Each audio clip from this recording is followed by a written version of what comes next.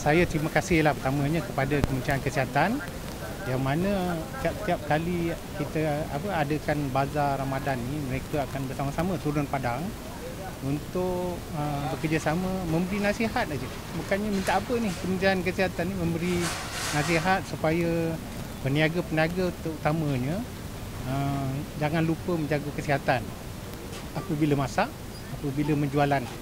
Jadi kalau jualan pun kita pastikan dia orang ni kena ada pakai glove plastik kan.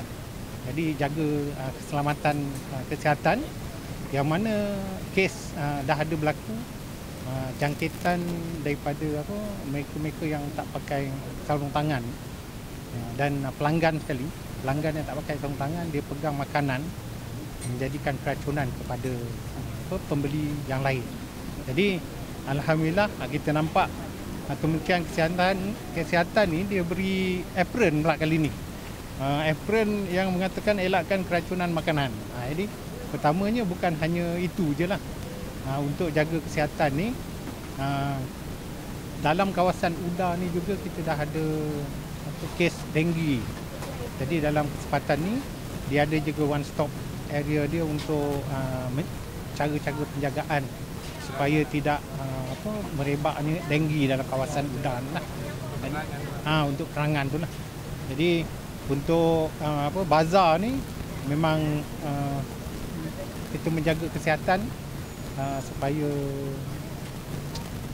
menjaga jangan sampai keracunan lah.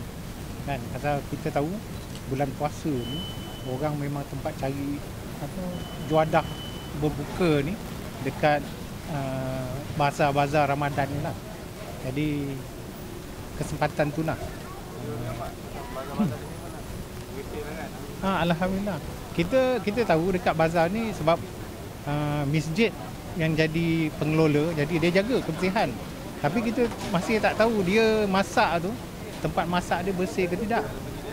Cara penyediaan dia. Jadi kita minta dengan adanya kempen ni, dengan kita bagi apron ni, jadi dia jagalah kesedaran tu supaya daripada tempat dia masak tu sendiri mestilah jaga dia punya kebersihan.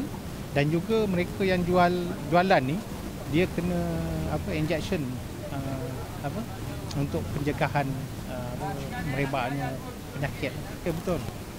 Sepatutnya memang saya pun galakkanlah kalau nak cari juadah buka puasa, pergilah ke bazar-bazar yang terjamin kebersihan tu.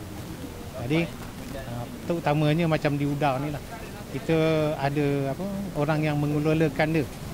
Masjid sendiri pun kasih apron untuk menjaga kebersihan kepada penjaja-penjaja ni. Jadi dengan tu memang pemantauan sentiasa dilakukan agar tempat ni bersih dan tidak menjadi tempat boleh merebaknya wabak. Sebab apa nak ikut sunnah Nabi SAW yang 10 kali kalau dikatakan bahawa Nabi boleh mengatakan Al-Quran, sesungguhnya itu larangan. Kesihatan datang kita untuk lawan dengan kebersihan. Jangan pula. Jalan yang itu baru dia nak sembahyang. Dan pastikan pelanggan tak pegang. Ada ni kadang-kadang nak shortcut.